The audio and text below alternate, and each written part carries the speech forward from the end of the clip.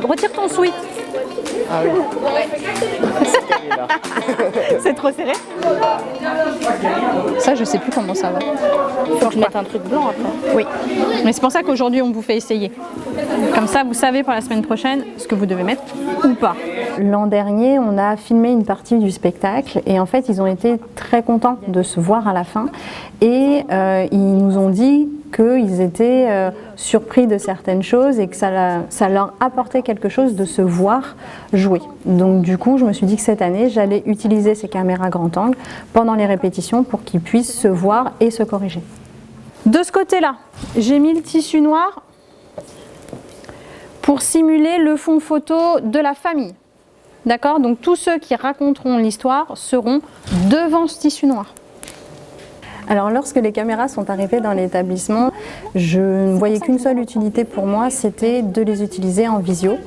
J'ai cherché à savoir comment on pouvait utiliser autrement ces caméras. J'ai patouillé de mon côté, j'ai été voir sur le site de la marque de la caméra. C'est comme ça que j'ai découvert qu'il y avait un logiciel qui permettait d'enregistrer.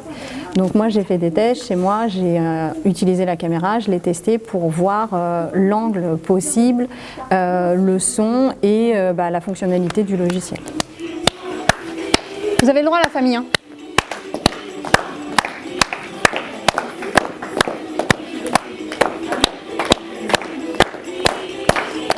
Pour moi, la réelle plus-value sur le numérique, c'est que déjà, au niveau du spectacle, on utilisait déjà tout ce qui était vidéoprojecteur et PowerPoint. Du numérique, il y en a aussi pour la musique, parce que finalement, on a un élève qui va s'occuper de lancer les musiques, de baisser ou de monter le son. Et puis la dernière plus-value des caméras, c'est vraiment de pouvoir avoir un regard sur ce qu'on fait. Est-ce que vous arrivez à vous corriger? Est-ce que vous voyez les positions qui ne vont pas? Des fois, il y a des personnes qui cachent d'autres personnes alors que c'est un peu le personnage principal. Enfin... Ouais, il y a des personnes qui cachent d'autres personnes, en effet. De ce côté-là, qu'est-ce que je vois? Votre dos, pour pas dire vos popotins. Les garçons qui sont en coulisses, on est bien d'accord qu'à ce moment-là, on vous voit et que le jour J, on vous verra aussi. Moi, je pense que de pouvoir se regarder tout de suite après avoir fait le premier spectacle, le premier filage, ça permet de se corriger tout de suite et de ne pas attendre d'avoir pris l'habitude de certains gestes. On revient tout de suite sur ce qui ne va pas et du coup, on avance tous ensemble et c'est les élèves qui disent, ou même soi-même, en disant « Ah oui, là, c'est vrai, je suis vraiment pas bien placée ».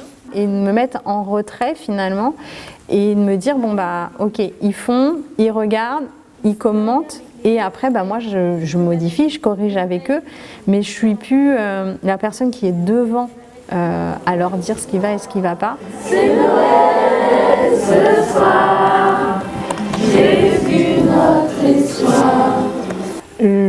Réellement, mes objectifs de ce projet-là, c'est d'avoir des élèves qui osent, qui prennent de l'assurance, confiance en eux.